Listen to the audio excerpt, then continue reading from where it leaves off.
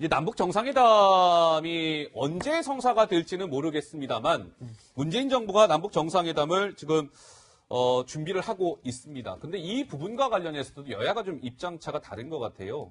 야당에서는 이 비핵화, 그러니까 북한이 핵을 없애는 부분, 비핵화가 전제되지 않은 남북 정상회담은 의미가 없다. 일단 그런 입장이신 거죠? 의미가 없죠. 하면 안 되죠. 그건 국제사회의 제재와 압박을 무력화시킬 뿐만 아니고 예. 북핵 완성의 시간을 벌어주는 일밖에 아니거든요. 사실은 그렇잖아요. 저희들이 칼든 강도하고 악수는 못 하잖아요. 네. 아무리 칼든 강도가 칼은 내려놔야 악수를 할 수 있지 않겠습니까? 아니 그 김정은 책상에 핵 보톤이 있다는데 핵 보톤에 있는 사람하고 이번에 김여정 현송을 내려온 거 그거 대접 후하게 한 것도 별로 기분이 썩 좋지 않은데 아니 대통령이 올라가가지고 예. 아니 핵 그 보톤 있는 사람하고 악수합니까? 그렇잖아요. 적어도 칼든 강도가 아무리 강도라지만 칼은 내려놔야 악수할 수 있지 않습니까?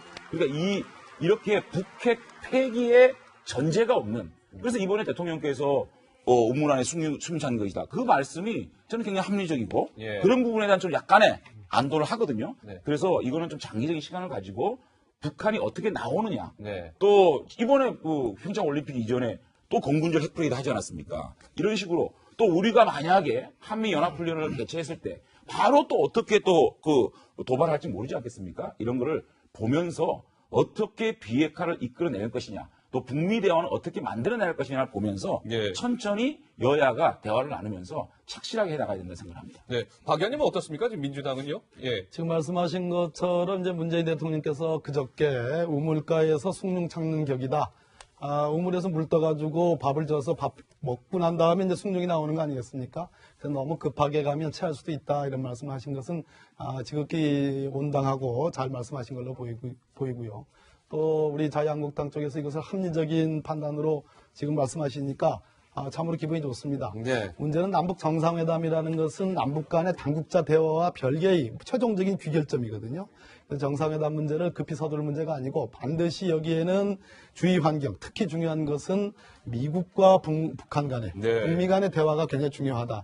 다행스러운 것은 미국의 펜스 부통령 그리고 틸러슨 국무부 장관 이런 분들이 북한과의 대화에 대한 가능성들 열어놨고 예. 그렇게 우리 국민, 우리 대한민국에 대해서 그렇게 질투와 또 멸시의 대상으로 삼았던 일본조차도 일본 예. 당국의 고노 외상조차도 이런 대화의 필요성을 인정하고 있습니다. 그런 측면에서 미국, 일본, 한국, 미국, 일본 간의 소위 자유진영의 3극의 의사가 지금 합치가 되는 것 같습니다. 예. 그렇기 때문에 남북 정상회담을 추진하는 한편 그것의 전제로서 이런 동아시아 전체에 있어서의 예. 어떤 북한 간의 어떤 관계, 이러한 평화 모드가 지속되는 것이 더 중요하다고 생각합니다. 장 의원님. 한미 동맹이 지금 잘 되고 있다는 말씀 제가 좀 놀라워요. 사실은 김여정이가 올라간 다음에 대통령이 트럼프와 지금 전화도 못하고 있지 않습니까? 전화를 왜 못하냐? 의제 설정이 잘 안 되고 있다는 말을 하거든요. 사실상 트럼프는 이 문제는 한마디를 안 했습니다. 펜스 부통령도 마찬가지입니다. 지금 미국은 비핵화 없이는 어떤 대화도 용납하지 않고 지속적으로 압박과 제재를 하겠다라고 하는데 대한민국에서만 지금 마치 대화로 이 핵 문제를 해결할 수 있다라고 착각을 할 수 있다. 예. 자, 노무현 DJ 정부가 10년 동안 햇볕 정책으로 성공하지 못했습니다. 이명박 박근혜 정권 9년 동안 압박 정책도 성공하지 못했습니다. 지금 이제 우리는 어떻게 가야 될 것이냐. 압박도 안 되고 대화도 안 됩니다. 그렇다면 힘의 균형을 통해서 이 문제를 해결할 수밖에 없다라고 하는 더 강력한 제재 조치를 써야 되는데 불구하고 우리만 이 주변국들은 지금 제재와 압박을 공조를 통해서 압박을 하고 있는데 우리만 지금 대화 평화를 얘기하고 있거든요. 예. 그러면서도 지금 한미 동맹이 잘 되고 있다? 대통령이 전화도 못 하는데 그런 걱정이 있고요. 하나만 더 말씀드리면 핵동결 얘기가 나오는 게 제일 지금 두렵습니다. 핵동결은 그야말로 비핵화의 가장 끝 대립점에 있는 것이 핵화입니다. 핵화가 다시 말하면 핵동결이거든요. 예. 어떻게 우리 머리에 핵동결이란 핵화를 시킨 북한과 대화를 나누고 그것이 평화라고 얘기할 수 있겠습니까? 그런 시한부 평화 가지고는 좋아요. 핵동결 가지고 우리가 지불해야 될 엄청난 대가 그거를 생각하면 핵동결은 있을 수 없는 가장 나쁜 선택이다. 예. 박 의원님 잠깐. 워낙 중요한 주제이기 때문에 제가 두 가지 점에서 반박을 좀 하겠습니다. 첫째는 제재와 압박을 오늘 이제 우리 장재원 수석께서 강조를 하셨는데 한 달 전 버전인 것 같아요. 보수가 혁신한다는 말씀 중에는 국민의 여론을 어느 정도 반영할 것이냐. 그것을 대폭적으로 수용하고 국민의 여론을 따라가는 것도 보수 혁신의 한 방법이라고 생각합니다. 우리 국민들이 한 달 전에 느꼈던 남북 간의 관계와 지금 느끼는 남북 간의 관계는 이미 천양지차가 됐습니다. 네. 우리 국민의 절대 다수가 어떤 그 남북 간의 대화 모드 또 남북 정상회담에 대한 어떤 기대를 지금 갖고 있다고 말씀을 지금 하고 계시고요. 두 번째는 핵이란 문제도 그렇습니다.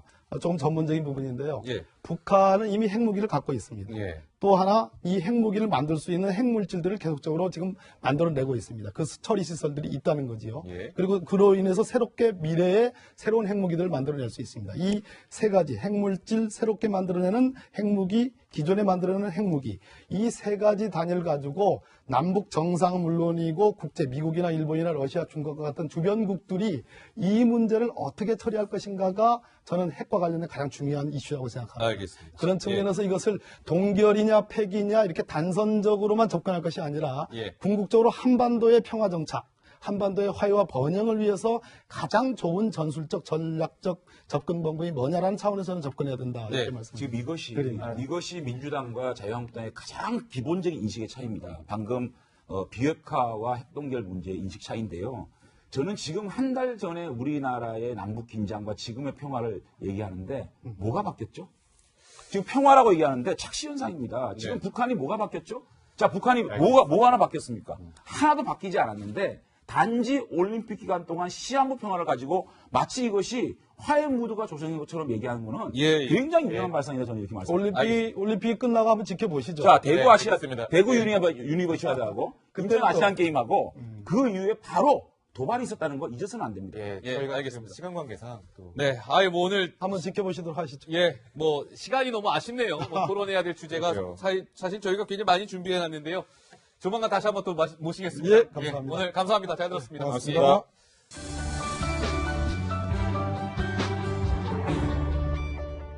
시청자 여러분, 그 GM 있지 않습니까? GM 군산공장이 이제 5월달에 폐쇄가 됩니다.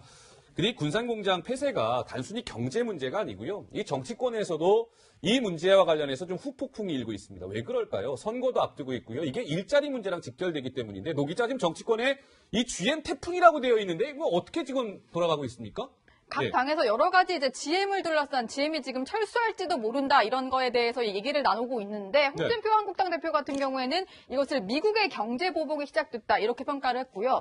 그리고 바른미래당 같은 경우도 GM 군산 공장이 전북에 있다 보니까 여러 가지 메시지가 나오고 있는데 박주선 공동대표 같은 경우에는 GM 공장 폐쇄는 정권 무능에 빚은 일자리 대참사다. 여기 한 30만 개의 일자리가 있다 보니까 이런 메시지를 내놓고 있습니다. 네. 그리고 민주평화당의 정동원 의원 같은 경우에도 GM 공장 폐쇄 이후 전북과 군산은 IMF 상황이다 이런 식으로 얘기를 하면서 정치권에서도 이게 호남발 어떤 지방선거 전체 판세에 영향을 미칠 정도로 큰 이슈가 되고 있어서 여러 가지 메시지들이 나오고 있습니다. 알겠습니다. 자, 어떻습니까? 먼저 그러면 한국당 입장을 들어봐야 될 것 같아요. 장재현 의원께서는 저 GM 문제가요. 문재인 정부의 무능 때문이다. 한국당도 약간 그런 입장인 것 같더라고요. 맞습니까? 굉장히 큰 문제입니다. 이 GM이 문을 닫게 되면 엄청난 실직자들이 양산이 되는데 이것이 노동의 유연성보다는 노동을 경직성을 추구하고 있는 문재인 정권의 저는 참사라고 생각합니다. 네. 사실은 이게 4년 동안 계속 적자를 보이고 있는 기업에 노조가 4년 동안 4.5%에서 2.7%까지 임금을 인상시키고 또 성과급을 매년 1,000만 원씩 가져갔다는 거 아닙니까? 네. 어떤 기업이 여기에 살아남겠습니까? 우선적으로 GM을 정상화하기 위해서는 5천억의 공적 자금 이런 게 중요한 게 아니고 노동의 유연성을 확보할 수 있는 강성 노조가 양보하고 여기에 대해서 노동의 유연성 어떤 그 구조조정 이런 것이 선결돼야지만 GM 문제를 해결할 수 있다. 저는 이렇게 바라보고 있습니다. 예. 박 의원님 반론하시죠? 예. 네, 그 홍준표 대표께서 이제 크게 이제 두 가지를 말씀하셨는데 그 중에 하나가 소위 노동 생산성의 문제, GM에 근무하시는 우리 한국인 노동자들의 문제로 지적을 했고요. 또 하나는 이제 트럼프 정부의 일종 미국 트럼프 정부의 경제적 보복이다. 이 두 가지 말씀하셨는데 네. 두 번째 관점은 뭐 나름 굉장히 경청을 할 만한 그런 지적입니다. 트럼프 정부에서 지금 GM뿐만 아니라 한국으로부터 수입되는 철강이라든지 알루미늄 수입에 대한 여러 가지 고율의 관세를 부과하는 문제는 심각한 문제라고 생각합니다. 다만 네. 제가 문제로 삼고 싶은 것은 GM은 전 세계적으로 이러한 소위 먹튀에 대한 사례들이 꽤 있습니다. 네.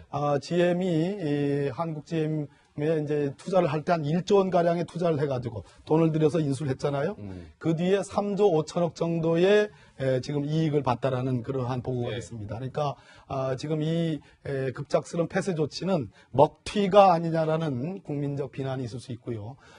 노동자 말끝마다 이제 노동자들의 탓을 하는데 실제로 GM 대우의 GM 예. 군산 공장의 우리 근로자들은 노총의 어떤 임금 가이드라인조차도 따르지 않고 임금을 동결했던 과거의 사례들이 있습니다. 네. 중요한 것은 GM이 지금 적자니 어쩌니 이런 얘기들을 하는데 실제로 그것이 적자인지 아닌지를 판단하기 위해서는 구체적인 재무 자료들을 제시를 해야 됩니다. 근데 그러한 부분에 대해서 정부가 지금 TF도 만들고 저희 더불어민주당이 지금 TF를 만들었습니다. 예. 그럼 재무 자료를 내놓아 가지고 당신들이 정말 얼마나 고생을 하고 얼마나 힘들어하는지 한번 네. 보자라고 얘기하는데 그런 것들을 제출하지 않고 있습니다. 그런 그렇군요. 측면에서 예. 현재 GM 군산 공장의 폐쇄 문제는 정말 심각한 문제고 예. 이것을 비판만 할 것이 아니라 한국 경제의 문제 그리고 우리 근로자들의 어떤 생존권의 문제로 여야가 좀 합심해가지고 제대로 된 현황을 파악을 해야 된다는 것이 좀 먼저라고 얘기를 네, 네. 드리겠습니다. 예. 예. 장관님 짧게 예, 말씀하시면 예, 아니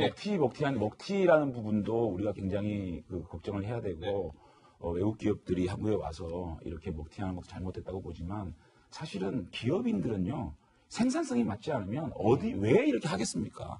그런 것들을 생각해 볼 때 우리의 지금 고용 노동성 문제는 다시 한번 생각해 볼 문제고 아니 계속 적자라는데 여기에서 무슨 자선사업하는 것 같은 거 누가 여기 공장을 하겠습니까? 그런 차원에서 우선 GM을 살리기 위해서는 이 뼈를 깎는 구조조정이 선행되고 난 다음에 네. 얘기할 수 있는 것이다. 저는 이렇게 생각합니다. GM사 측의 의도적인 가동률 감축, 네. 20%대로 가동률을 감축한 그러한 부분도 분명히 밝혀져야 되기 때문에 이건 단정적으로 어떤 그 노조나 노동자의 책임으로 돌리기에는 이것은 GM, 소위 뭐 미국 기업 아니겠습니까? 예, 미국 기업이죠. 이 기업에 대한 책임을 너무 일찍 면죄부를 주는 것이다. 이런 말씀 좀 알겠습니다. 덧붙이겠습니다. 자, GM 관련해서 여야의 또 입장을 좀 들어봤습니다. 근데 좀 다른 얘기긴 합니다만 시청자 여러분, 최근에 대통령이 이제 외국에 순방 나갈 때 전용기 타고 가지 않습니까? 코리아라고 쓰여져 있는 이제 전용기를 이용하는데 그게 사실 엄밀히 말하면 대한항공으로부터 이제 우리가 임차를 해서 쓰고 있는 거거든요. 그래서 정치권에서 지금 이 전용기를 구매해야 되느냐 말아야 되느냐 가지고 또 좀 논쟁이 있는 것 같은데 먼저 노 기자가 짧게 그 전용기에 대한 설명을 좀 먼저 해줄까요? 예. 네, 대통령 전용기인데 뭐 지금 보시면 전용기보다 전세기란 표현이 맞을 것 같은데요. 정식 명칭은 공군 1호기고 그다음에 이제 관제탑에서 콜사인으로 코드 1이라고 불리기 때문에 우리는 주로 코드 1 이렇게 부르고 있습니다. 대한항공에서 장기 임차를 한 전세기고요. 그리고 5년간 임차료가 1,421억 원입니다. 박근혜 정부 때 재계약을 해서 지금 2020년 3월이면 계약이 만료가 되는데요. 구입을 지금 논의를 하고는 있는데 구입하려면 최소 5천억 이상이 들어서 정치권에서는 야당이 아무래도 경제적인 부담 때문에 반대를 하지 않을까 이런 목소리들이 나오고 있습니다. 네, 임종석 비서실장도 운영위에서 지난해 11월에 이제 구입해야 된다라고 목소리를 높였는데 한국당에서는 이거 구매에 반대하고 계신 거죠? 반대 안 합니다. 반대는 아니, 아니고요. 필요하면 네. 사야죠. 필요하면 사는데 지금 보십시오. 이 시기에 이 설 민심을 보게 되면 지금 아우성이거든요. 일자리 없고 일자리 있는 분 사실은 아파트에 뭐 우리 강병규 기자 아파트에 지금 수혜 아저씨들 다 지금 잘려나가는 판이잖아요. 무인 지금 시스템을 만들어 놓고 왜 최저임금이 급변 인상입니다. 지금 청년 실업률은 어디까지 가고 있습니까? 9.9% 두 자릿수에 가고 있지 않습니까? 이럴 때 대통령 비행기 사겠다. 이것은 조금 논의를 조금 더 천천히 할 필요가 있고 그 다음에 이걸 하고 싶으면 이렇게 뒤에서 얘기할 게 아니고 국회에다가 이거를 잘 보고를 해서 네. 이렇게 합리적으로 해결해 나가면 되는 문제거든요. 제가 아침에 뭐 일간지하고 인터뷰를 할 때 반대한다고 얘기한 게 아니고 네. 이 민생 문제에 대해서 우리가 협치를 하면서 노력을 하면서 풀어나가자. 합리적으로 풀어나가자가 얘기한 것이 반대로 이제 비춰지는 건데 대한민국 정도의 대통령이 뭐 비행기가 필요하고 하면 사드려야죠. 네. 다만 지금 우리 국가의 경제 이 상황을 좀 직시하고 이런 말씀 해주시라. 예. 뭐 자유한국당이 뭐 반대하는 건 아니니까요. 다만 지금 약간 좀 상황을 보고서 좀 여유 있게 가자 뭐 이런 그렇죠. 말씀이신 것 같습니다. 네. 당장 뭐 구매해야 잘 건 이거를 아니다. 어떤 상황인지를 뭐 이런. 명확하게 국회에 보고하고 예. 또 예산은 어느 정도고 어떻게 이거 재원을 영출을 하고 합리적으로 좀 해나가자고요. 예, 알겠습니다. 자, 대통령 전용기 구입이 당장의 현안은 아니에요. 네, 네. 그러니까 우리나라가 OECD에 가입된 나라이고 지금 동계올림픽뿐만 아니라 지금 동계올림픽까지 아니 하계올림픽뿐만 아니라 예, 예. 지금 동계올림픽까지 치르는 그러한 대한민국의 경제력과 국격을 생각하면 대통령 전용기 하나 제대로 장만하지 못했느냐라는 얘기를 할 수는 있습니다. 그러나 예, 이것은 예. 전적으로 저희들이 MB정부 때 야당으로서 동의를 해줬습니다. 마찬가지로 장재원 수석께서 지금 말씀하시는데 야당이 협조해주지 않으면 이것은 도입하기는 쉽지 않은 문제입니다. 네, 알겠습니다. 자, 전용기 얘기는 뭐 이쯤 하고요. 이제 남북 정상회담이 언제 성사가 될지는 모르겠어요. 설 명절 연휴가 이제 지나면서요. 여의도 정치권도 여러 가지 정치 이슈가 여야 간에 첨예하게 엇갈리면서 분위기가 좀 후끈 달아오르고 있는 것 같은데요. 먼저 이명박 전 대통령 관련 뉴스를 잠깐 좀 살펴보도록 하겠습니다. 저희 방송 들어오기 직전에 좀 전해진 소식이 있어서 그런데요. 검찰이 조금 전에 아마 좀 브리핑을 한 것 같습니다. 기자들을 상대로.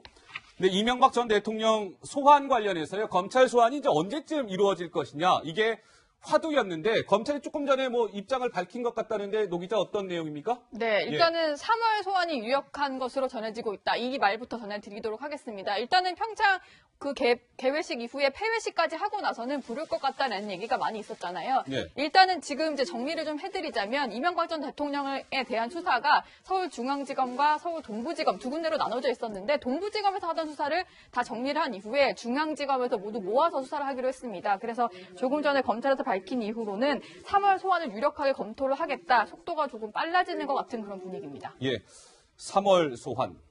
그러니까 3월이라고 하면 시청자 여러분 얼마 남지 않았습니다. 오늘 2월 19일이니까요. 이제 얼마 안 있으면 이명박 전 대통령이 검찰의 지금 계획에 따르면 다음 달에 소환이 될 것 같습니다. 오늘 이명박 전 대통령이요. 강남구 대치동에 있는 사무실에 출근을 했습니다. 매주 월요일 날 참모들과 모여서 대치동 사무실에서 회의를 하는 것으로 알려져 있죠. 이명박 전 대통령의 오늘 모습입니다. 만나보시죠.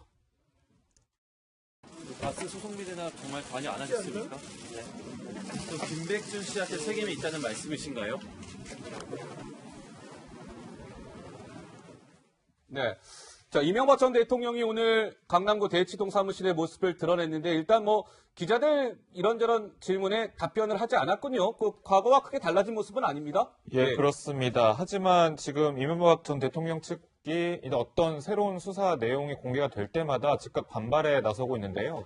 뭐 어제는 이제 뭐 어떤 추가적인 그런 의혹들을 좀 반발을 했었는데 이런 얘기였습니다. 뭐 일단 다스의 그런 미국 법인의 그런 오펀비용을 뭐 삼성이 됐다 뭐 이런 주장에 대해서 어떤 조건을 가지고 그러니까 이건희 회장이라든지 뭐 관계자들의 그런 사면을 조건을 내걸고 삼성이 지원을 해줬다라는 그런 진술이 나왔다라는 보도에 대해서 사실이 아니고 이건희 회장의 그런 사면은 어떤 국민적인 그런 뜻에 따라서 사면을 한 것이다라고 이제 반박을 나섰는데 예. 이처럼 즉각 반발에 나서고 있습니다. 뭐 본인은 지금 보시는 것처럼 이명박 전 대통령은 사무실 출근할 때마다 별 얘기를 안 하고 있어요. 하지만 이제 정제된 언어로 좀 보도자료를 계속 내면서 즉각 반발하고 있는데요. 왜냐하면 지방선거가 사실 120일도 남지가 않았습니다. 사실 뭐 친이계는 물론이고요. 한국당은 물론이고 더 나아가서 이제 이 전체적인 그 보수의 그런 지방선거 성패까지 수사 내용이 공개될 때마다 영향을 받을 수 있기 때문에 지금 이렇게 즉각 보도자료로서 반발에 나서는 것 같습니다. 알겠습니다. 검찰이 조금 전에 이명박 전 대통령과 관련해서 브리핑을 했는데 간단하게 저희가 중요 내용만 좀 간추려 드렸습니다. 자, 지금부터 이제 본격적으로 아까 노 기자가 브리핑을 했던가요? 여야의 이제 입심 대결이 시작됐다. 두 명의 국회의원을 모시고 제가 말씀을 나눠볼 텐데요. 관련해서 저희가 영상 한 편을 준비했습니다. 만나보시고 본격적으로 말씀을 나눠보도록 하겠습니다.